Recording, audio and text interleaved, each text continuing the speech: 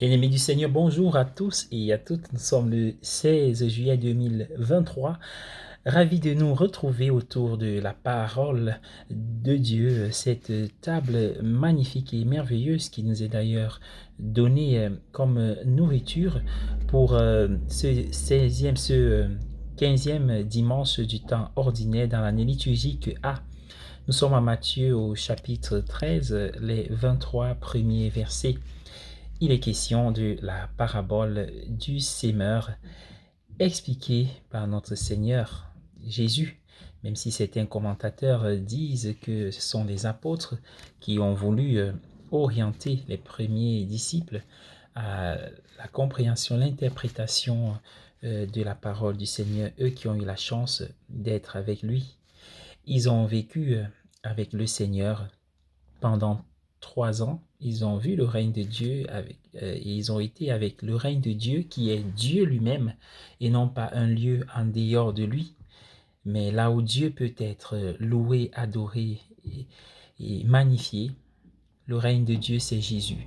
Et nous, euh, plus de 2000 ans plus tard, nous avons la chance, année après année, d'être en présence de ce règne de Dieu qui est déjà commencé et qu'annonce la parole, le Verbe incarné. Alors les dimanches ou lorsque nous allons à la messe ou à certaines assemblées de prière, nous avons l'opportunité d'entendre, d'écouter la parole de Dieu et de la garder, comme dit Jésus. Heureux ceux qui écoutent la parole de Dieu et qui la gardent. On a l'occasion de rencontrer la parole dans la première lecture, le psaume, la deuxième lecture, l'évangile, et même dans les chants qui sont la plupart du temps tirés et inspirés de l'écriture, et même les prières de nos liturgies se couchent, s'appuient, s'inspirent et partent des écritures. Oui, bien-aimés du Seigneur, le grand challenge qui nous est donné chaque fois que nous rendons à l'église, à la messe, c'est de pouvoir découvrir de quoi est fait notre cœur, c'est-à-dire notre terre. Quelle est la nature de notre terre, comme il est question aujourd'hui, de la semence et de la terre. Voilà, du grain qui est sémé, répandu par le sémeur qui est sorti.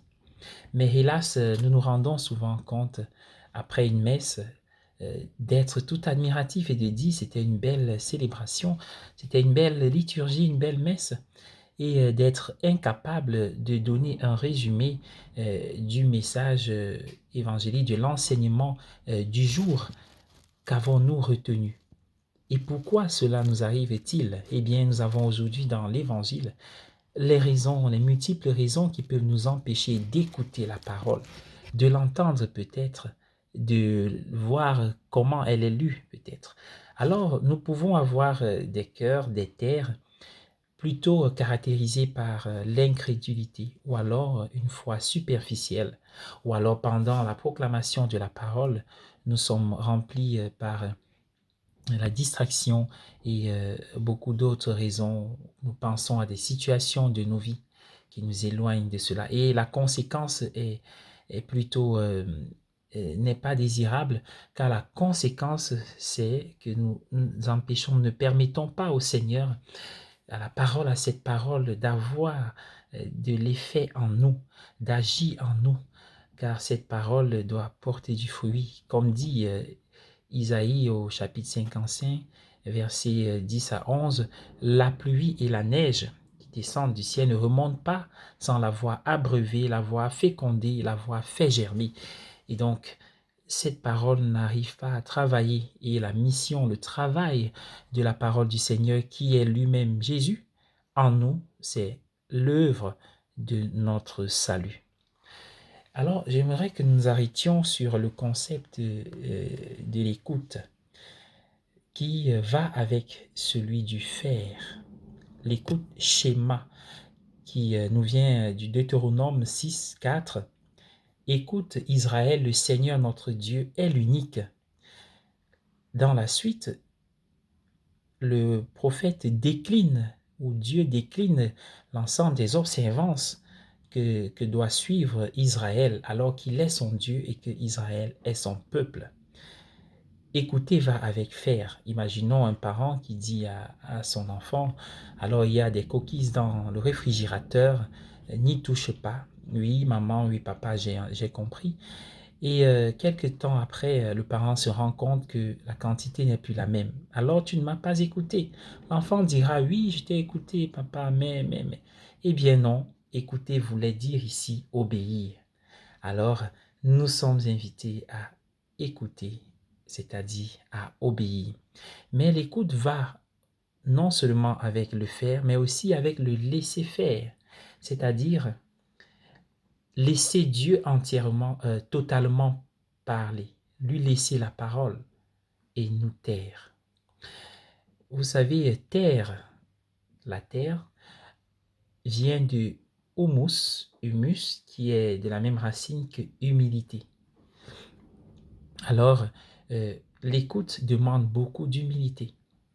À l'époque médiévale, on distinguait deux sortes d'esprits, l'esprit actif et l'esprit passif. L'esprit actif était caractérisé par sa capacité analytique de réflexion et l'esprit passif était caractérisé par la contemplation. Mais dans l'époque moderne, il y a plutôt l'éloge de l'esprit actif et la contemplation est plutôt aux oubliettes.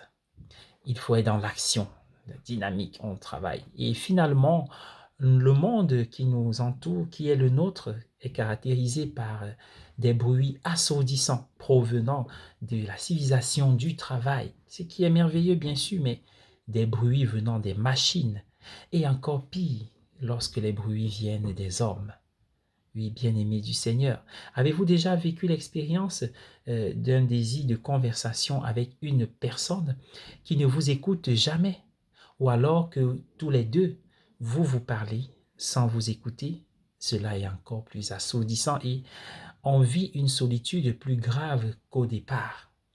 Une solitude alors que nous sommes à deux, mais il s'agit des personnes juxtaposées. Et donc l'écoute demande suffisamment l'humilité. Il s'agit de s'asseoir, il s'agit aussi de se dépouiller de tout pour laisser la parole de Dieu s'installer et porter du fruit. Car Dieu ne travaille que sur le terrain de l'humilité, où on est capable de se taire, de laisser l'autre ou Dieu faire. Mais il y a une bonne nouvelle pour tous. Vous voyez, pour ceux qui ont participé à des saisons de sémailles, qui ont par exemple semé des grains de maïs ou planté des pommes, etc., il faut faire attention à ne pas gaspiller la semence qui d'ailleurs est sélectionnée et coûte cher. Et on a l'impression dans l'évangile que ce sémeur gaspille parce qu'il sème à tout vent, il répand le grain sans tenir compte par avance ni juger le type du sol, quitte à la terre par sa qualité et la qualité de la semence de prendre pour porter du fruit. Car le Seigneur nous fait confiance, quelle que soit la nature, la qualité de notre cœur. Il sait qu'il a créé un cœur par nature bon, qui est donc capable de porter du fruit. Et c'est en cela que le Seigneur croit. Il nous donne ces possibilités. À nous de pouvoir écouter l'Esprit qui nous parle, sa parole, et nous laisser transformer par elle. C'est elle qui porte du fruit. Nous sommes les instruments. Et la parole du Seigneur peut encore toucher les hommes par nous, à travers nous, que par le Christ, même dans le tabernacle et dans sa parole qui est lue, parce que nous allons au-devant des autres. Il veut beaucoup plus travailler à travers nous. Amen. Bon dimanche à tous.